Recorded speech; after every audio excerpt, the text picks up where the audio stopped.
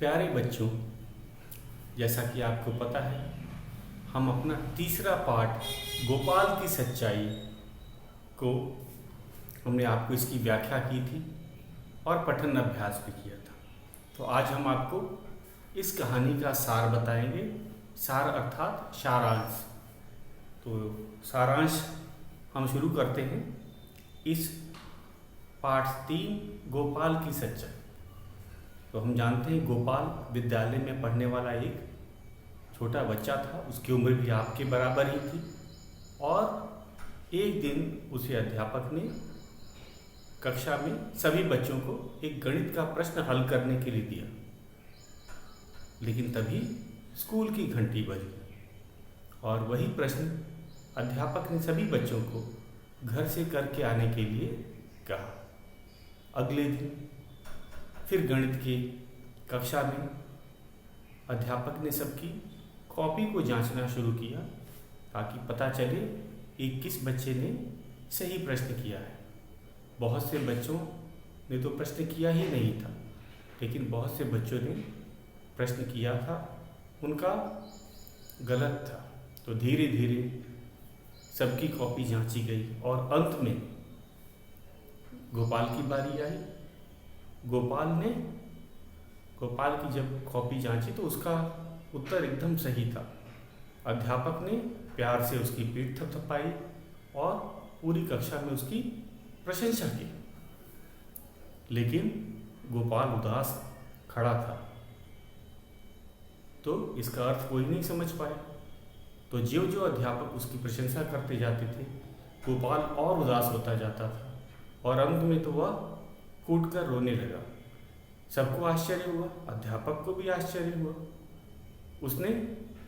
अध्यापक ने इसका कारण पूछा तो गोपाल ने बताया कि वह प्रश्न उसने हल नहीं किया था, उसके मित्र ने हल किया था।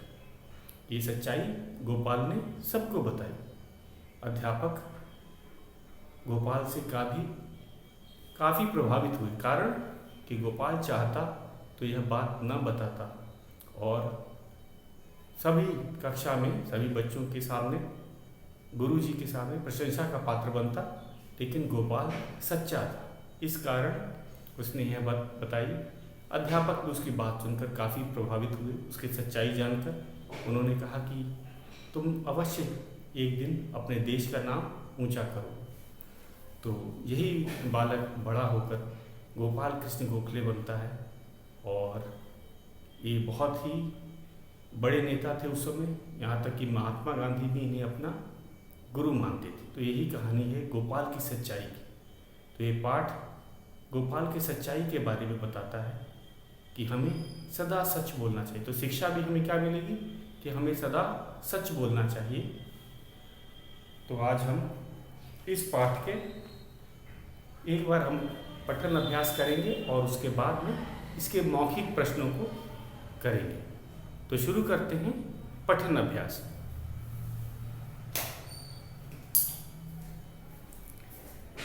तो गोपाल की सच्चाई। बालक गोपाल विद्यालय में पढ़ता था। एक दिन कक्षा में अध्यापक ने बच्चों को गणित का एक प्रश्न हल करने के लिए दिया। बच्चे वह प्रश्न हल न कर सके। छुट्टी की घंटी बज गई। अध्यापक ने बच्चों को वही प्रश्न घर से हल करके लाने के लिए कह दिया।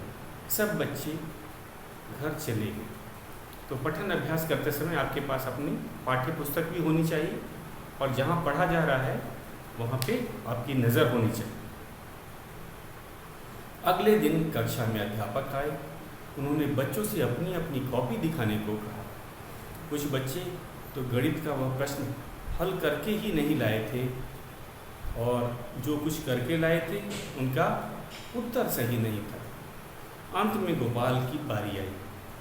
अध्यापक ने गोपाल की कॉपी लेकर उत्तर जांचा तो वह बिल्कुल ठीक था। अध्यापक बहुत प्रसन्न हुए। उन्होंने उसकी पीठ थपथपाई और उसकी बहुत प्रशंसा की। अपनी प्रशंसा सुनकर गोपाल जरा भी खुश नहीं हुआ, बल्कि उसके चेहरे पर उदासी छा गई। वह सिर नीचे किए खड़ा रहा। ज्यों ज्यों अध्यापक उसकी प्रशंसा करते जाते, त्यों त्यों उसकी उदासी बढ़ती जाती। अंत में वह फूट फूट कर रो पड़ा। अध्यापक को बड़ा आश्चर्य हुआ। उन्होंने गोपाल के कंधे पर हाथ रखते हुए कहा, बेटा, तुमने तो प्रश्न को सही किया है, तुम रो क्यों रहे हो? गोपाल ने रोते हुए कहा, गुरुजी, मैं प्रशंसा के लायक नहीं। यह प्रश्न मैंने स्वयं हल नहीं किया है, इसे मैंने अपने एक मित्र से हल करवाया था। अपनी प्रशंसा सुनकर मुझे बड़ा दुख हो रहा है। गोपाल की बात सुनकर अध्यापक का हृदय भर आया। वे गोपाल की सच्चाई से बहुत प्रभावित हुए। उसकी प्रशंसा करते हुए बोले, बेटा, तुम एक सच्चे बालक, तुम अवश्य अपने देश का नाम ऊंचा करो। अध्यापक की कही हुई बात सच निकली। यही बालक आगे चलकर गोपाल कृष्ण गोखले के नाम से भारत का महान नेता बना। गोपाल कृष्ण गोखले ने अपना पूरा जीवन देश की उन्नति के लिए अर्पित कर दिया। महात्मा गांधी उन्हें अपना गुरु मानते थे और उनका बहुत आदर करते थे। तो बच्चों, ये था हमारा पाठ। एक बार पाठ में हम आए हुए कठिन शब्दों और मुहावरों को हम लोग एक बार देख लेते हैं। कठिन शब्दों की बात की जाए तो प्रश्न का अर्थ होता है सवाल, उसके बाद है अंत का आखिर। जैसे कि अंत में गोपाल की बारी आई, मतलब पूरी कक्षा के बच्चों को देखने के बाद अंत में किसकी बारी आई? गोपाल की। और प्रश्न का सवाल होता है जैसे कि अध्यापक ने गणित का प्रश्न हल करने के लिए दिया। आश्चर्य का अर्थ होता है हैरानी। अध्यापक को आश्चर्य क्यों हुआ? क्योंकि प्रशंसा करने के बाद भी गोपाल रो रहा था। उसके बाद प्रभावित होना, असर पड़ा। गोपाल की सच्चाई देखकर कौन प्रभावित हुआ था? अध्यापक। कि देखो, गोपाल चाहता तो ये बात किसी से न बताता कि ये प्रश्न उसने नहीं किया, लेकिन गोपाल ने सच्चाई सबको बता दी। इसलिए गुरुजी प्रभावित हुए। उन्नति, उन्नति का अर्थ होता है प्रगति या विकास। तो आज़ादी के बाद से देश, हम कहेंगे हमारा देश जो है वो प्रगति कर रहा है। और अवश्य का अर्थ होता है ज़रूर। अर्पित का है दे देना। जैसे गोपाल कृष्ण गोखले ने अपना सारा जीवन देश के लिए अर्पित कर दिया। अर्पित करना अर्थ होता है विकास के लिए। जैसे कि उस समय संघर्ष चल रहा था अंग्रेज़ों के साथ देश को आज़ाद करने का, तो उन्होंने अपना पूरा जीवन देश के लिए अर्पित कर दिया। अर्पित का अर्थ होता है दे देना। इस पाठ में 3 मुहावरे भी आए हैं, आपको पता है कौन कौन से मुहावरे और उनका अर्थ एक बार फिर से हम लोग सुन लेते हैं। मुहावरा है पीठ थपथपाना। इस मुहावरे का अर्थ होता है शाबाशी देना। पाठ के अनुसार आपको बता देते हैं। जब गोपाल ने गणित का प्रश्न सही किया तो अध्यापक ने उसकी पीठ थपथपाई। पीठ थपथपाने का अर्थ मुहावरा है, उसका अर्थ होता है शाबाशी देना। अगला है हमारा फूट फूट कर रोना। इसका अर्थ होता है जोर जोर से रोना। तो हमने देखा कि जब अध्यापक किसकी बड़ाई कर रहे थे? गोपाल की। तो गोपाल उदास हो गया क्योंकि वो प्रश्न उसने हल नहीं किया था, वो शाबाशी के काबिल नहीं था। लेकिन ज्यों ज्यों अध्यापक उसकी प्रशंसा करते जाते, अंत में वो फूट फूट कर हो गया, मतलब जोर जोर से रोना। फूट फूट कर एक मुहावरा है, उसका अर्थ होता है जोर जोर से रोना। और हमारा तीसरा और अंतिम है हृदय भर आना, अर्थात भावुक हो जाए। अध्यापक को जब पता चला कि गोपाल एक सच्चा बालक है तो उनका क्या हो गया? हृदय भर आया, अर्थात वे भावुक हो गए कि देखो कितना छोटा बच्चा है और इसे झूठ बात बिल्कुल पसंद नहीं, अपनी झूठी प्रशंसा भी नहीं दे सकता। तो इससे सुनकर वे काफ़ी प्रभावित हुए। तो हृदय भर आना मतलब भावुक हो जाना। हृदय भर आना एक मुहावरा है, उसका अर्थ है भावुक हो जाना। तो कौन भावुक हुआ था? अध्यापक। किसकी सच्चाई जानकर? गोपाल की। तो बच्चों, ये था हमारा पाठ शब्दार्थ। और आज हमें शुरू करना है मौखिक प्रश्न। जैसा कि आपको पता है, मौखिक प्रश्न हम चर्चा के द्वारा करते हैं। प्रश्नों को भले हम लिखेंगे लेकिन चर्चा के द्वारा ही उसको हल किया जाता है।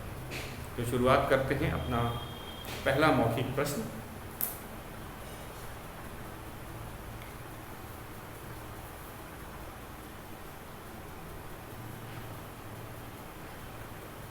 मौखिक प्रश्न।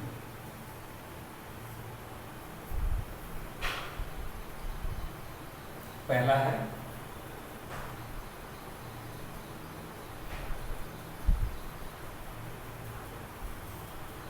क कहेंगे हम। अध्यापक ने बालक गोपाल की प्रशंसा क्यों की? अध्यापक ने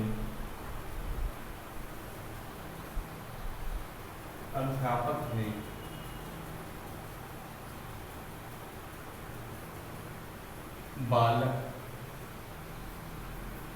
गोपाल की प्रशंसा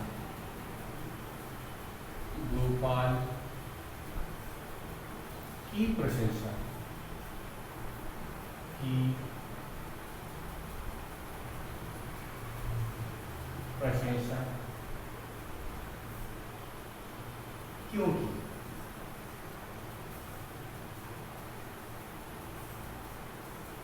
तो ये हमारा पहला मौखिक प्रश्न है। तो हम जानते हैं कि वे प्रशंसा क्यों की थी? क्योंकि गोपाल एक सच्चा बालक था। खासकर जो बच्चे होते हैं, कभी कभी अगर उन्हें प्रशंसा सबको अच्छी लगती है, चाहे बच्चे हो चाहे बड़े हो। तो गोपाल चाहता, क्योंकि ये बात केवल गोपाल को ही पता थी कि यह प्रश्न उसने नहीं किया है, उसने अपने मित्र से कराया। तो गोपाल चाहता तो ये बात कक्षा में न बताता, गुरुजी को ये बात न बताता कि यह प्रश्न उसने नहीं हल किया है, किसी को पता भी नहीं चल सकता था। लेकिन गोपाल ऐसा नहीं था। उसे बड़ा दुख लगा जब उसकी गुरुजी प्रशंसा कर रहे थे, क्योंकि वह प्रशंसा के काबिल नहीं था। वह जो गणित का प्रश्न गोपाल ने हल नहीं किया था, ये बात से गोपाल काफ़ी दुखी था। तो हमारा प्रश्न है, अध्यापक ने गोपाल की प्रशंसा क्यों की? क्योंकि गोपाल ने सच्चाई बताई, क्योंकि गोपाल सच्चा बालक था। गोपाल की सच्चाई जानकर अध्यापक ने उसकी प्रशंसा की। तो हमको किसी तरह से अपने शब्दों में से लिखना है कि अध्यापक ने गोपाल की सच्चाई जानकर उसकी प्रशंसा की। कारण यही था, उसने सच बोला, इस कारण से प्रशंसा की। या हम अगर पाठ के पहले में कहें तो हम यह भी कह सकते हैं कि गोपाल ने, इसका पाठ इस तरह भी लिखा जा सकता है, क्योंकि प्रशंसा उन्होंने दोनों तरफ 2 बार की थी। एक बार तो गणित का प्रश्न करने पे भी प्रशंसा की थी, तो दोनों ही सही है। तो हम ये भी कह सकते हैं कि अध्यापक ने गणित का सही हल निकालने पे, गणित के सवाल का सही हल करने पे उसकी प्रशंसा की, क्योंकि पूरी कक्षा में केवल गोपाल ने ही वह प्रश्न किया। तो बाद में ये बात पता चली, तो सच्चाई की भी उन्होंने प्रशंसा की थी।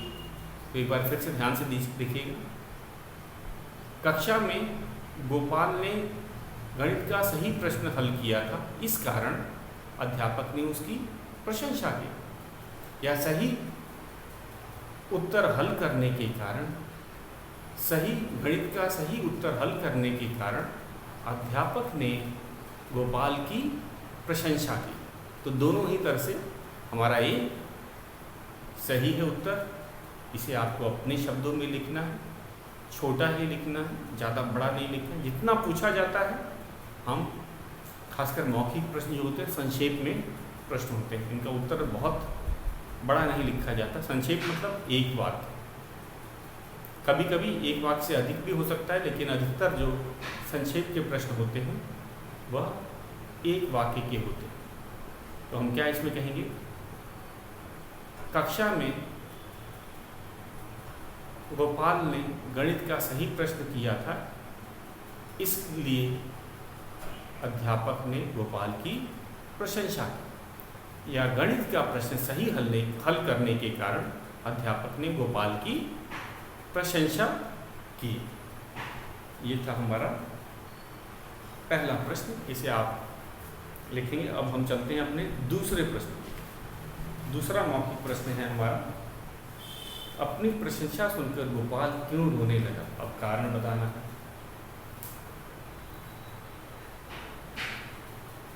है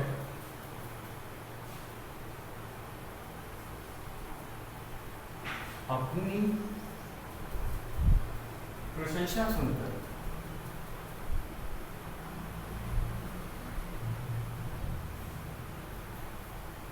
अपनी प्रशंसा सुनकर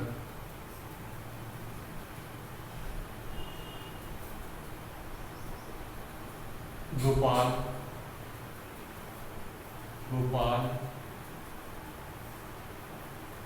क्यों रोने लगा। क्यों रोने लगा। तो हमें कारण बताना था कि प्रशंसा भी की जा रही थी अध्यापक द्वारा, तो वह रोने क्यों लगा। तो इसका कारण आपको पता ही है, उसने गणित का प्रश्न हल नहीं किया था या वह प्रशंसा का पात्र नहीं था। तो अपनी प्रशंसा सुनकर गोपाल क्यों रोने लगा। तो हम कहेंगे अपनी प्रशंसा सुनकर गोपाल रोने लगा क्योंकि वह प्रश्न गोपाल ने हल नहीं किया। तो एक वाक्य में हम अपने शब्दों में इसे लिखना है। तो कारण हमें बताना है कि अपनी प्रशंसा, या ऐसे भी लिख सकते हैं, गोपाल प्रशंसा का सही हकदार नहीं था, इसलिए गोपाल रोने लगा। तो आप देख रहे हो कि मैं अलग अलग तरह के इसके उत्तर दे रहा हूँ, लेकिन उत्तर एक ही है। हमें कारण बताना है गोपाल के रोने का। गोपाल के रोने का क्या कारण था। वह प्रशंसा का हकदार नहीं था, वह गणित का प्रश्न उसने नहीं हल किया था। तो इस कारण से हम दोनों तरह से इसे लिखा जा सकता है। ये था हमारा प्रश्न है, अपनी प्रशंसा सुनकर गोपाल क्यों रोने लगा। अपनी प्रशंसा सुनकर गोपाल रोने लगा क्योंकि वह प्रशंसा का पात्र नहीं था। या अपनी प्रशंसा सुनकर गोपाल रोने लगा क्योंकि वह गणित का प्रश्न गोपाल ने हल नहीं किया था। तो दोनों तरह से सही है, वह प्रशंसा का पात्र नहीं था, और वो, या हम ये भी बता सकते हैं, उसने प्रश्न हल नहीं किया था। गोपाल ने वह प्रश्न हल नहीं किया। तो ये था हमारा ख प्रश्न।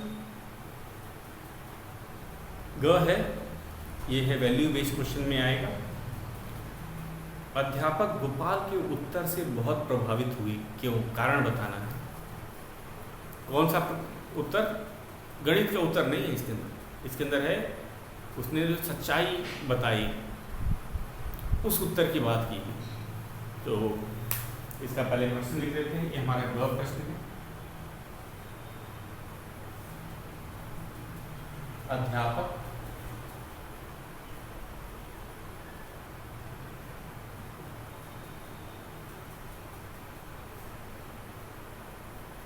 गोपाल के उत्तर से बहुत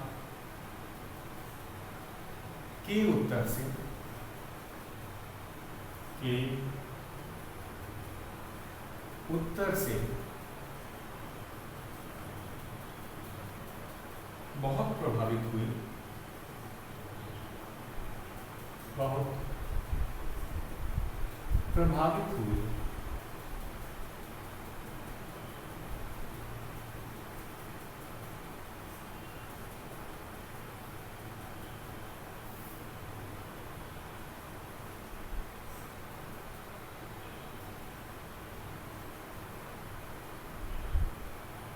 क्यों, कारण बताना है। प्रश्नवाचक चिन्ह। अध्यापक गोपाल के उत्तर से बहुत प्रभावित हुए, क्यों? हमें इसका कारण बताना है, क्यों प्रभावित हुए। क्योंकि प्रभावित होने का कारण आपको पता है, गोपाल ने सच्चाई बताई थी। सच बोलने वाले का हमेशा कद्र किया जाता है, और यह सच ऐसा था, अगर गोपाल चाहता तो ये बात न बताता। ये बात कक्षा में किसी को नहीं पता थी, और गोपाल चाहता तो वह भी बोलता कि ये प्रश्न मैंने ही किया है, और वो प्रशंसा तो उसको मिल ही रही थी। अध्यापक ने उसकी बहुत प्रशंसा भी की थी, लेकिन उसे बहुत बुरा लग रहा था, क्योंकि प्रशंसा का वह हकदार नहीं था।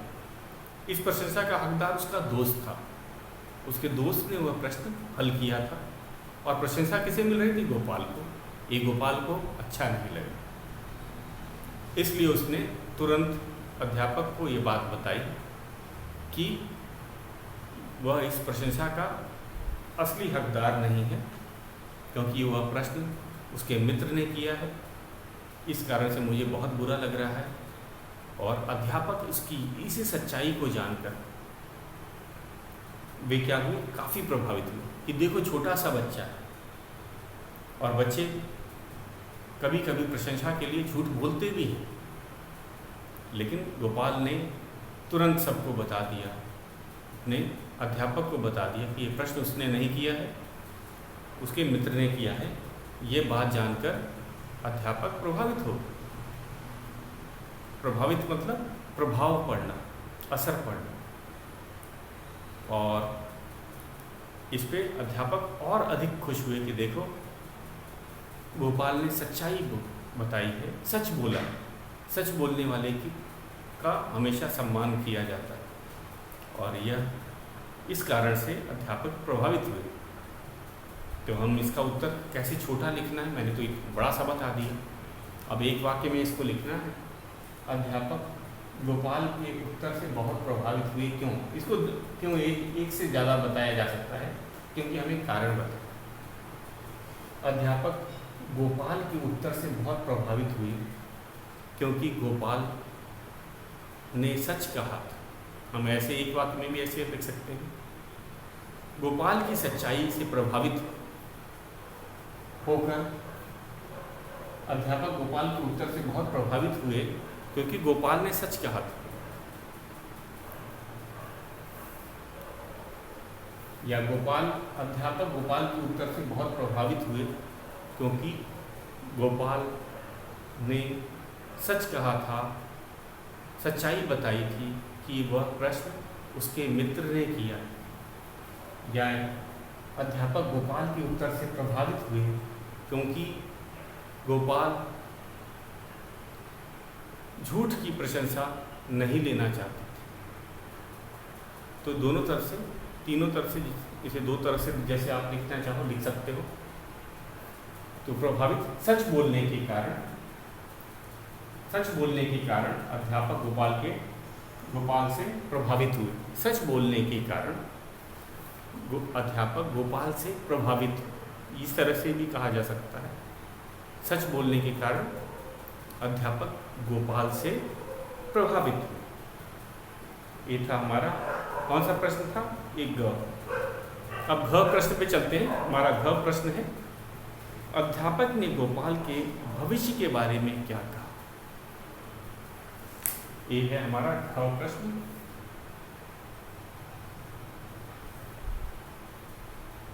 अध्यापक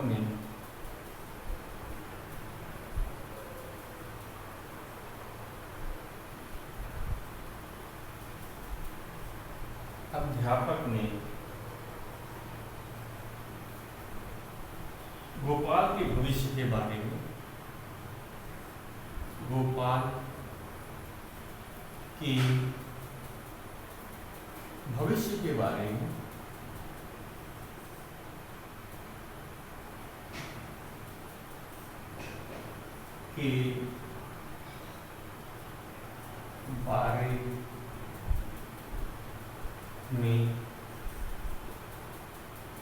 क्या कहा?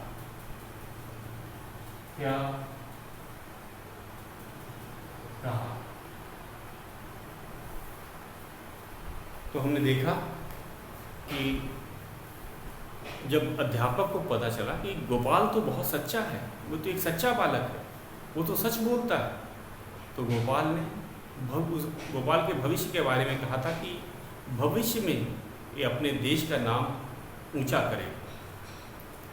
ये बात किसने कही थी? अध्यापक ने, क्योंकि वे जानते थे सच बोलने वाला अपना नाम, अपने परिवार का और अपने देश का नाम, सबका नाम ऊंचा ही करता है। तो इन्होंने भविष्यवाणी की थी या भविष्य के बारे में पहले ही बता दिया था कि गोपाल एक सच्चा बालक है और देश का नाम ऊंचा करेगा। तो ये था हमारा कौन सा प्रश्न था? ये हमारा घ प्रश्न है। तो भविष्यवाणी, भविष्य के बारे में गोपाल, भविष्य मतलब आगे आने वाले समय में, और ये सच भी हुआ। आपको पता है अध्यापक ने कहा था कि भविष्य में यह अपने देश का नाम ऊंचा करेगा, और ये हुआ भी। यही जो बालक बड़ा होकर क्या बना? गोपाल कृष्ण गोखले। और ये काफ़ी सच्चे नेता थे, यहाँ तक कि महात्मा गांधी ने अपना गुरु मानते थे और महात्मा गांधी भी सच बोलते थे। तो शायद उन्होंने इस कारण से अध्यापक ने भविष्यवाणी की थी कि ये देश का नाम ऊंचा करेगा। तो इसे हम किस तरह भी दो तरह से लिख सकते हैं। एक बार देखो, अध्यापक ने गोपाल के भविष्य के बारे में क्या कहा? अध्यापक ने गोपाल के भविष्य के बारे में कहा कि यह देश का नाम ऊंचा करेगा। एक वाक्य में हम लिख सकते हैं, अध्यापक ने गोपाल के भविष्य के बारे में कहा कि गोपाल देश का नाम ऊंचा करेगा। तो ये था हमारा अंतिम। एक और प्रश्न बचा है, अंग 5वां, मौखिक। गोपाल का पूरा नाम क्या? ये तो गोपाल का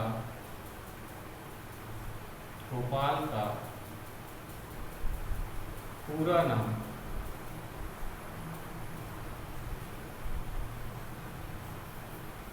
क्या था?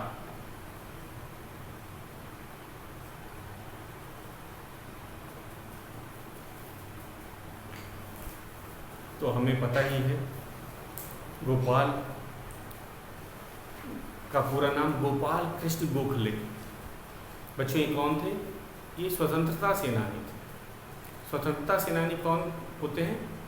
जिन्होंने अंग्रेज़ों के खिलाफ स्वतंत्रता के लिए लड़ाई लड़ी। किसकी स्वतंत्रता के लिए? अपने देश भारत। तो गोपाल कृष्ण गोखले इनका पूरा नाम था। गोपाल का पूरा नाम क्या था? गोपाल कृष्ण गोखले। तो हमें इसमें केवल नाम ही लिखना है और कुछ नहीं बताना। तो संक्षेप प्रश्न में जितना पूछा जाता है हम उतना ही पूछेंगे। अब इसके बारे में डिटेल नहीं बताना है कि वे स्वतंत्रता सेनानी थे या वे महात्मा गांधी के गुरु थे, ऐसे नहीं लिखना है। पूरा प्रश्न है हमारा, गोपाल का पूरा नाम क्या था? तो नाम ही बताना है। गोपाल का पूरा नाम गोपाल कृष्ण गोखले था, पूर्ण विराम। तो ये संक्षेप वाले प्रश्न थे। हमने इसे बड़े चर्चा के द्वारा ही किया है। तो आपको ये लिखित रूप नहीं होता है, मौखिक प्रश्नों का लिखित रूप नहीं है। ये मैंने मात्र प्रश्नों को ही लिखा है और हम इसे ऑनलाइन कक्षा में भी चर्चा के द्वारा करेंगे कि किस तरह से छोटे वाक्य बना करके हम उत्तर दे सकते हैं। और संक्षेप प्रश्नों का उत्तर छोटा ही देना चाहिए। ज़्यादा बड़ा लिखने से एक तो गलती होने की तो संभावना होती ही है, लेकिन संक्षेप में भी उत्तर नहीं रहता। जो लिखित प्रश्न हम करवाएंगे वो बड़े हैं, वो 2-3 वाक्य के भी होते हैं। तो हमें प्रश्न के अनुसार जितना पूछा जाता है उतना ही उत्तर देना है। तो संक्षेप प्रश्न को यही ध्यान में रख के लिखा जाता है कि उसकी भाषा सरल हो और सटीक हो। सटीक का अर्थ होता है हमसे जितना पूछा गया है हम उतना ही उत्तर देंगे, उससे ज़्यादा उत्तर नहीं देना चाहिए। तो बच्चों आज का यही काम है आपका। तो गृह कार्य आपका है कि इन मौखिक प्रश्नों को एक बार मन में इसको अपना अभ्यास करिएगा और ऑनलाइन कक्षा में भी इसका जवाब देने के लिए तैयार रहिएगा। तो आज के लिए बस इतना ही।